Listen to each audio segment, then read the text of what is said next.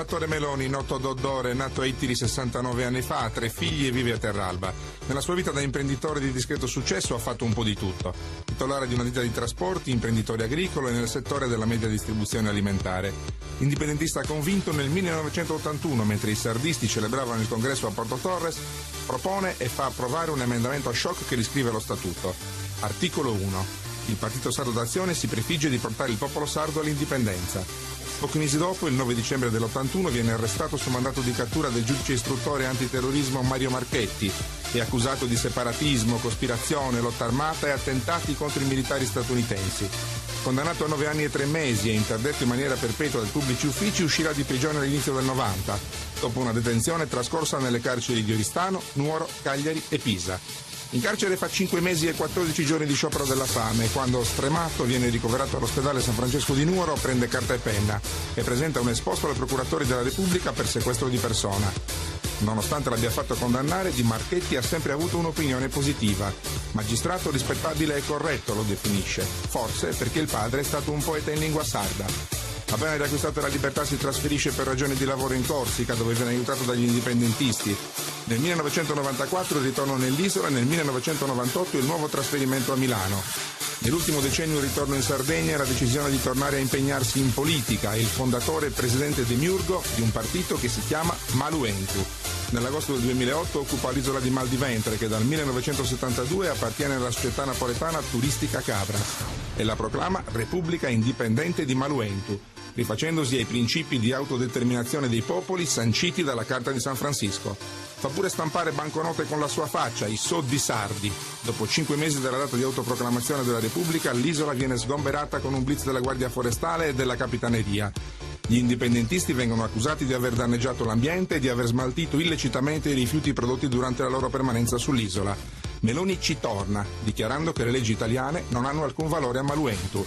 Il 10 maggio scorso consegna in Corte d'Appello 12.999 firme per il referendum sull'indipendenza della Sardegna, ma il 7 giugno l'ufficio regionale del referendum lo dichiara inammissibile, sostenendo che contrasta con l'ordinamento generale e i principi fondanti la Repubblica Italiana, di cui la Regione Sardegna è parte integrante, alla luce dell'interesse esclusivo dello Stato tutelato costituzionalmente.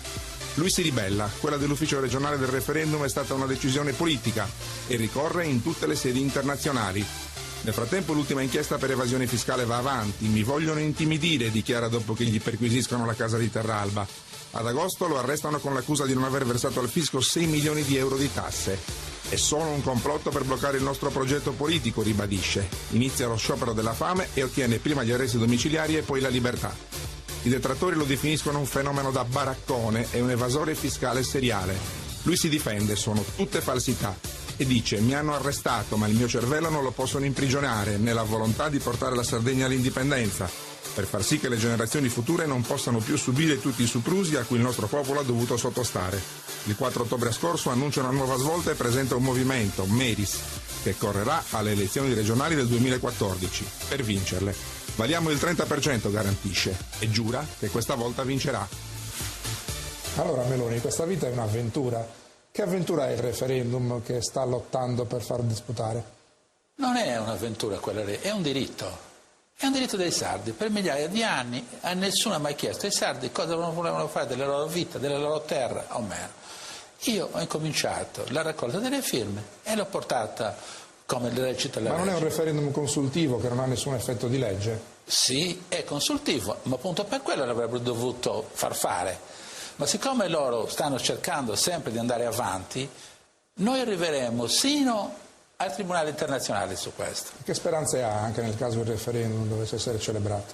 Beh, è importantissimo perché i sardi, essendo un popolo particolare, abituati all'omertà, all'autocensura, il giorno, quando saranno dentro l'urna, da soli, quello spirito di libertà che c'è in tutti i sardi, nel loro inconscio è collettivo questo, perché se no non avremmo sempre le bandiere con i 4 amori portate in giro per il mondo, no, siamo gli unici che lo facciamo. Vuol dire che all'esterno abbiamo il concetto di appartenenza, all'interno il concetto di divisione. Ma quanta gente potrebbe andare a votare per questo referendum? Io penso che andrebbero in molti, perché tutto il sistema che è attorno a noi, il sistema mondiale, sta portando che i popoli hanno cominciato a riprendersi la loro libertà e anche noi un giorno o l'altro dovremmo decidere. Ma lei l'ha mai vista una partita della nazionale di calcio? Li ha visti che anche i sardi cantano l'inno nazionale? Secondo lei i sardi non si sentono italiani? Per essere sinceri, non ho mai visto cantare l'inno nazionale. Non le piace nemmeno l'inno di Mameli? No, assolutamente. Cosa ha fatto quando c'erano le celebrazioni per i 150 anni dell'Unità d'Italia? Io? Sì. Me ne sono andato a Punta Insicora, proprio il giorno. Beh, insomma, sono durati un anno intero e dunque non penso che Sì, sarà ma io fatto non un li ho anno visti. intero a Punta E poi non mi venga a parlare di questo, perché il sottoscritto nel 1960, quando avevo 17 anni, ho lavorato a Italia 61, al primo centenario che avevano fatto a Perché Torino. allora non era indipendentista. No, allora sono diventato indipendentista. Ah, ecco, perché ha capito che non c'era qualcosa che non andava. Cosa non andava? Stavamo lavorando lì, i sardi eravamo quelli più maltrattati di tutti.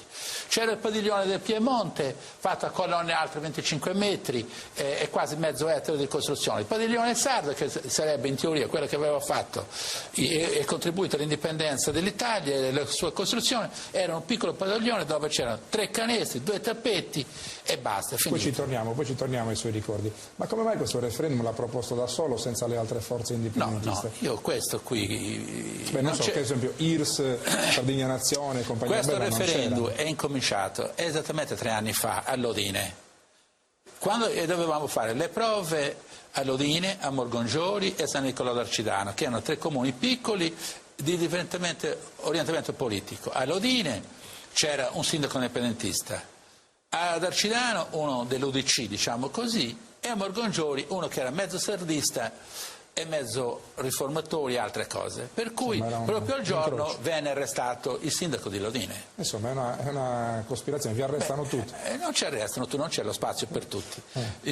La morale è questa qui. Si bloccò, ma dovevamo fare proprio allora la prima prova, il primo sondaggio in questi 3 paesi dove si diceva sul referendum per l'indipendenza. Senta, ma perché ci sono così tante sigle indipendentiste? Non è possibile, cioè ci sono 7, 8, 10 partiti, sono tutti indipendentisti a loro modo, non riescono a mettersi d'accordo nemmeno tra di loro. Ma sono i sardi fatti così o siete voi i leader di questi movimenti che non riuscite ad andare d'accordo? Siamo noi, io l'ho sempre detto, che l'indipendenza della Sardegna non è fatta con la mia faccia, con quella di Tizio, Caio e Semproni, ma è fatta con la faccia di tutti i sardi. Io sono per l'unità, sono gli altri che tendono a non mollare nulla della loro visione, del loro liderismo su queste cose qua. È strettamente personale. Senta, ma nella sua visione di Sardegna indipendente c'è comunque un'appartenenza all'Unione Europea?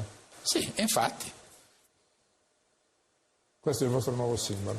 Questo parte... E cosa c'entra con l'Unione Europea? Caspita, questo è il movimento europeo Rinaschi da Zadra, ecco, perché c'è la parola europea. Ma insomma, dal punto di vista dei rapporti con gli altri stati d'Europa, come la vede una Sardegna indipendente? Come la vedo? Come una repubblica che diventa il 28° Stato dell'Unione Europea. Adesso sono 27, la Sardegna entra in Europa e diventa un membro con lo stesso diritto, le stesse cose della Francia, dell'Italia, di tutto il resto. Ma questo le sembra facile?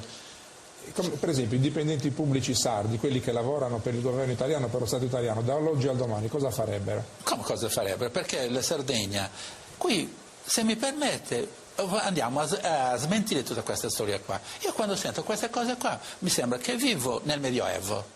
Se la Sardegna è indipendente non succede nulla, è una semplice... Se è una repubblica a parte, perché la Repubblica Italiana dovrebbe pagare lo stipendio a quelli che... Ma perché la Repubblica Sarda non avrà i suoi dipendenti? Sì, e allora, con quali soldi li paga? Come sarebbe con i nostri? Perché c'è qualcuno che... Adesso facciamo un'ipotesi. Qui c'è un giornalista, io le chiedo a questo giornalista, può dirmi quando gli hanno mai regalato qualcosa? Come sarda? Molto difficilmente. Molto difficilmente, ecco. Specialmente in questo periodo. Appunto, fatto tutti i sardi, questa risposta è univoca. Tutti rispondono così. Lei sa bene che tra quanto i sardi pagano di tasse e quanto invece ricevono in servizi c'è una differenza di 6 miliardi di euro. Sì. Chi li mette questi 6 miliardi? Questi 6 miliardi, sì, è proprio il contrario. Succedono così perché la Sardegna non produce più, non c'è più PIL. Noi siamo diventati esclusivamente acquirenti. La Sardegna è diventata una bancarella commerciale, perché noi adesso dobbiamo importare tutto, dai pesci alla carne, dalle altre cose, dall'acqua, frutta, verdure, e questo trend lei come lo cambierebbe? Come lo cambierebbe? Non è che oggi diventiamo indipendenti e il giorno dopo come facciamo a risolvere, a sollevare questa leva economica? Prima di tutto, della quale il giorno che fossimo indipendenti ci caricheremo carichi di debiti che ce li ha caricati l'Italia, e senza dover più un centesimo a nessuno, perché è una nuova repubblica per cui tutti i debiti che abbiamo nei confronti dell'Italia cadrebbero. Per cui vuol dire che noi ripartiamo da zero. Cosa siamo noi? Più deficienti dei maltesi o dei croati o degli sloveni o adesso per esempio degli Inuit della Groenlandia? Cosa siamo? Senta, invece i contributi che io ho pagato per la pensione che fine fanno? Cioè a me chi me la paga la pensione? Le leggi internazionali, questo è da sfatare e bisognerebbe fare una campagna per spiegare ai sardi che le pensioni sono le loro. Adesso per esempio quanti sono i sardi che hanno lavorato in Belgio, Stati Uniti, Germania, non gli arriva la pensione fino a casa? Forse non c'erano le polemiche nell'Italia sulle pensioni, che l'Italia manda le pensioni per gli immigrati che vengono dai paesi dell'est o meno, le sta mandando fino a casa. Perciò se noi ci stacchiamo dall'Italia, l'Italia Tucur ci manda il pagamento sono i nostri soldi delle pensioni, e chi è che ha pagato i contributi o tutto il resto? Senta, abbiamo sentito nella scheda, lei 30 anni fa è stato coinvolto, insomma, è stato accusato di aver voluto intraprendere la lotta armata per staccarsi dall'Italia. La scelta non violenta invece nel 2012 è data ormai per acquisita. Sì, ma c'è da chiarire una cosa. Allora, la lotta armata non era prevista, era solo in senso difensivo. Se l'Italia avesse dovuto fare qualche atto di imperio o violento nei nostri confronti, se il Pizdazzi avesse raggiunto una massa critica di voti, aver spinto l'Italia a reagire con la forza, noi avevamo ed eravamo pronti a reagire con le strutture nostre, già preparate, ho fatto le esercitazioni, tutte queste cose. Senta, qua. Ma di quel periodo si dice che lei conobbe Gheddafi, che ebbe rapporti col governo libico. Che tipo era Gheddafi? Gheddafi era uno che parlava l'italiano, visto che aveva studiato ed era diventato ufficiale a Pisa nell'Accademia Italiana, per cui chi ha preparato militarmente Gheddafi è l'Italia, per cui perché se dobbiamo lamentare di questo? Gheddafi era una persona normale, e bastava che uno si presentasse a lui con il libro verde e Gheddafi era contentissimo. Senta, e cosa ha pensato l'anno scorso quando anche l'Italia ha partecipato insieme al resto della coalizione occidentale alla caduta e poi all'uccisione di Io sono Gheddafi? stato molto contrario, sono stato talmente contrario che qui in Sardegna siamo gli unici che abbiamo portato un semirimorchio con tutte le bandiere e abbiamo manifestato per mesi di fronte a Decimo Manno, dove gli stessi agenti che venivano a controllarci devono rimanere qui da odore, perché tutti quelli che arrivano si prendono i binocoli per guardare e chiedono che cosa state facendo, per quale motivo e via di seguito. Meloni, ci fermiamo un attimo, quando riprendiamo parleremo anche dei casi giudiziari che l'ha riguardata ultimamente. Non c'è problema. Senta Meloni, ma lei le tasse perché non le paga? Come Dodoro e Meloni non le pagano mai. Se sono indipendentista, come può un indipendentista pagare le tasse allo Stato che lo sta opprimendo? Sì, ma lei i servizi dallo Stato li prende lo stesso? E quali sono i servizi che prende? La prende? No. No. E dunque sulle strade ci viaggia, le strade le paga lo Stato? No, le strade le pago con il bollo di possesso sulle macchine, sui cambi e via di seguito, col carburante che pago. Sì, no, proprio contrario. Le tasse l'Italia le fa in forma indiretta. Ognuno di noi cosa fa tutti i giorni? Uno va a comprarsi le sigarette, sta pagando le tasse, compra il gasolio, non ne parliamo, la bolletta della luce è il 50% valore della luce, il 50% tasse, perché non sono tasse quelle che vengono pagate tutti i minuti. E allora ogni imprenditore, ogni dipendente sardo potrebbe fare lo stesso ragionamento e non pagare le tasse. Se ve l'avessimo fatto forse sarebbe meglio, meno case sequestrate ci sarebbero. Bene, dunque lei pensa di uscirne tranquillo, pulito da questo? Come Meloni Salvatore, sì, è normale, perché qui si parla, queste favolette, 5 milioni, 6 milioni di euro, quanti sono? 700 milioni, non ce n'è nulla, perché quelli sono semplicemente il giro d'affari delle società. Quando sono venuti loro, perché erano venuti con la scusa che io ero amministratore di fatto, perché avevo le figlie amministratrici, sì. Allora io mi sono subito messo amministratore. Loro hanno trovato delle fatture che non erano registrate, perché qui bisogna che la smettiamo con questa storia. Cos'è la parola IVA? Come dico sempre, non vuol dire mica IVA Zanicchi. Imposto sul valore aggiunto, l'IVA si paga all'origine, l'IVA si paga all'origine, ognuno di noi che va a comprare una Coca-Cola paga l'IVA, certo. Ognuno che va a comprare una macchina paga l'IVA, perché l'IVA si paga all'origine, lo dice la parola, imposta sul valore aggiunto. Ma chi incassa l'IVA dovrebbe poi versarla allo Stato. Ma l'ha già pagata, deve pagare la differenza che c'è nella forbice. Se io per esempio compro a 10 e vendo a 11, in teoria prendo di più quell'IVA da 10 a 11, ma nel frattempo un'azienda continua per il suo mantenimento, il suo procedimento aziendale, cosa fa? Forse non paga di nuovo l'IVA. Vabbè, non facciamo il processo qua. Comunque, non è un processo, è per spiegare che non può essere evasa l'IVA in quei termini lì, è tecnicamente impossibile. Dunque lei comunque come Meloni Salvatore le tasse allo Stato italiano evasore non gliele paga. Assolutamente, come Meloni Salvatore, ma le società hanno fatto sempre il loro dovere, sino a quando sono venuti loro, punto e basta. Senta, cambiamo un attimo discorso. Ha seguito, immagino, le questioni relative all'industria, alla crisi, l'Alcoa, ai problemi energetici, ma se lei fosse ipoteticamente il presidente della nuova Repubblica Sarda Indipendente, punterebbe ancora sull'industria?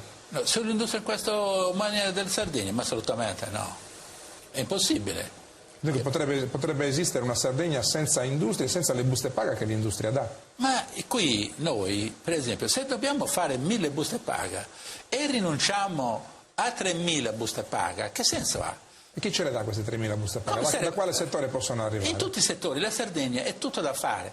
Io quando mi fanno questa domanda faccio un'altra domanda e dico: quando Mao Tse-tung costringe Chiang Kai-shek e i suoi generali ad andare a Formosa, oggi Taiwan era grande come la Sardegna, a zero, povera, qualsiasi cosa. Arrivano a loro e incominciano a lavorarci dentro, no? La gente comincia a produrre, Taiwan diventa una potenza mondiale in senso socio-economico.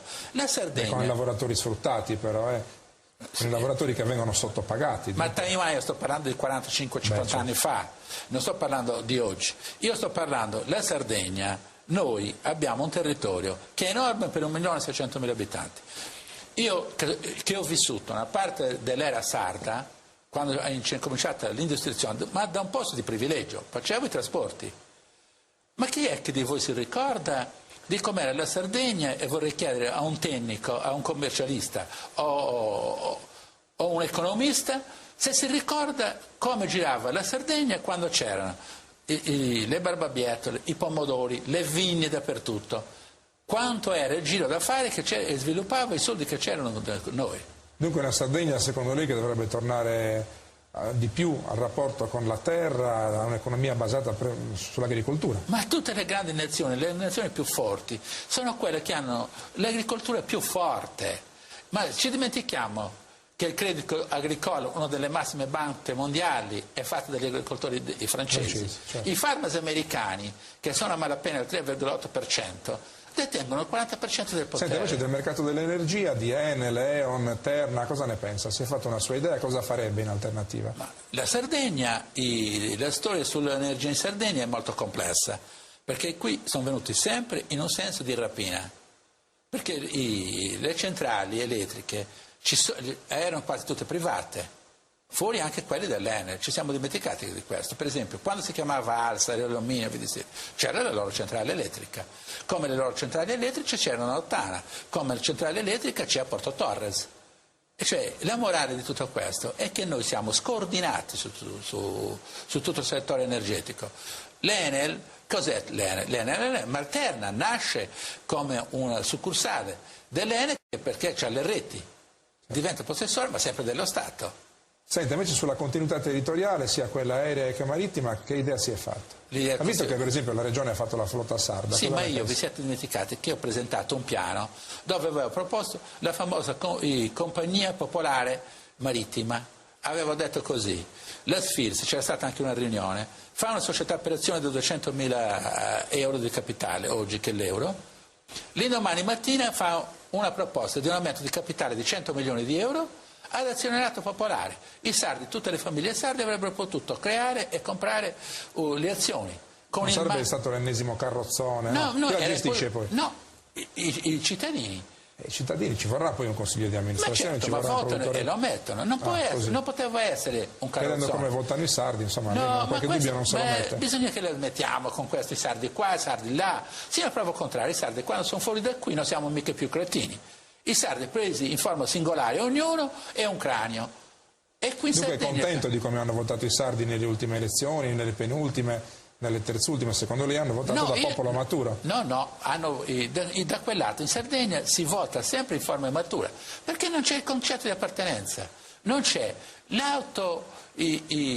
come lo posso dire, c'è una specie di complesso di inferiorità. Senta, ma dunque è contento che la regione abbia fatto la flotta sarda? Certo che sono contento, io l'avrei fatto in questa maniera qui, perché? Perché si sarebbe formato in Sardegna un qualcosa che non è mai successo, cioè i sardi che si creano una società loro, addirittura per i trasporti. E lo farebbe anche per contrastare lo strapotere di Alitalia e Meridiana, con questa continuità territoriale che praticamente non esiste, voli che vengono cancellati, disagi, prezzi che non sono più quelli di partenza. Ma quello succede sempre perché noi non siamo un popolo che in certi momenti esprime questa forza socio-economica. Non c'è il concetto di appartenenza come popolo. Noi ci prendono uno diviso dall'altro, è stato detto prima, con la storia dei molti partiti che ci sono anche nel senso indipendentista. Non contiamo poi che i sardi, chiunque viene dall'esterno, lo votano. Avevano fatto il sondaggio che i sardi un 10 o 12% avrebbero votato al Grillo, immaginiamo cosa ci abbiamo in testa da quel lato lì. Dunque mi dà ragione quello che ho detto prima. Sì, no? però non vuol dire che i sardi non possono cambiare, non possono perché si combatte perché voglio l'indipendenza? Perché penso che, come ci sono io e tanti altri sardi, alla fine, uno per uno, si venga a quella maturazione che serve, può diventare meris in domo nostra. Ecco, questo è il suo nuovo partito. Dove vuole arrivare con questo partito? Perché dovrebbe prendere più dello 0, che prendono tutti i nuovi partiti indipendentisti? Ma perché parte dal concetto del referendum.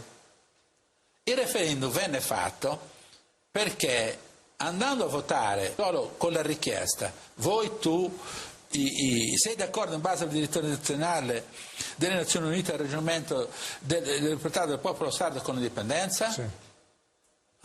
E allora, cosa vuol dire questo? Che i sardi il giorno avrebbero dovuto dire di loro volontà, senza pressione di nessun tipo, di nessun genere, la voglio o non la voglio, in forma democratica. Dunque la sua idea è che chi sarebbe andato a votare al referendum sarebbe poi trasferito armi e bagagli nel suo nuovo partito. No, quello è il 30% che noi avevamo preventivato, dal 30 al 35%. Allora, qui è la politica, questa è politica. Perché i sardi andiamo a Roma in 5.000, in 500, in 200 a brontolare e nessuno ci ascolta, ci sente? Vanno a Roma, si dimenticano che a Roma i millenni sono andati a milioni partendo dalla marcia su Roma, i sindacati, milioni di persone a San Giovanni. Quando arrivano i sardi di 500, quelli si mettono a ridere, i romani dicono, ma gusto per di noi, non fate traballare manco il ristorante, neanche i bar, sono 4 gatti spellacchiati. No, i bar lavorano, glielo assicuro, i bar attorno al ministero lavorano. Per cui, col concetto di quella storia lì, cos'era la richiesta dei meris? Di avere un peso specifico diverso. Se noi adesso ci fosse stato il referendum e i sardi avessero dato un 35% di voto al referendum sia all'indipendenza, immaginate voi che il peso specifico dei sardi, se parlano di indipendenza, sarebbe stato profondamente diverso? Senta, sa che esiste un sondaggio nel quale i sardi che sono contrari all'indipendenza dicono che bisogna contare quanto l'Italia negli ultimi 60 anni, 50 anni ha investito per dare infrastrutture alla Sardegna, che so, strade, scuole, me lo sanità, ripeta che non l'ho capito ospedali. bene. L'ha capito benissimo. No, la ringrazio, non è che siamo d'accordo per questa domanda, è perfetta. Io non ho Negli ultimi 60 portato anni, il mio parere, ho detto che c'è i sardi che sono contrari all'indipendenza, fanno questo ragionamento. Negli ultimi 60 anni. Allora, i Savoia sono venuti l'11 di settembre del 1720. Arrivare adesso, quanti anni sono passati? Quasi 300, sono 300 anni, circa 290 anni, giusto? Tra 8 anni saranno 300. Ecco, 300 anni, meno 60, 240, giusto? Noi che abbiamo ancora da incassare. In quei 240 anni hanno mai fatto un'infrastruttura in Sardegna, oltre che aver rapinato da legname, da questo, da quello, e il sangue che abbiamo dato per loro? Per cui siamo noi indietro. Senta Dodore, dunque se noi diventiamo indipendentisti, eppure se diventiamo indipendenti ancora meglio, per la Sardegna ci sarà un futuro migliore di quello di oggi. Ma moltissimo. I maltesi hanno 36.000 euro di reddito pro capite, I corsi hanno il doppio del nostro reddito pro capite. Noi abbiamo 11.000 e qualcosa di reddito pro capite contando la Sarasa, o contando l'Alcoa, o contando il Fiume Santo, o contando Porto Torre. Faccio l'ultima domanda, ma lo sa che chi le vuol male dice ma perché questa indipendenza dovremmo fidarci di farla raggiungere da un personaggio che è quantomeno singolare nelle sue manifestazioni? Ma il problema non è il mio. Io sono da questa parte, io sono indipendentista. È normale che quelli che sono contro di me non mi possano vedere, ma devono capire se quello che dico è giusto o non è giusto. A me mica devo piacere a tutti, mi sarei suicidato se avessi piaciuto a tutti. Gesù Cristo, che era figlio di Dio, l'hanno crocifisso, immaginiamoci se io devo piacere a tutti. Grazie Meloni.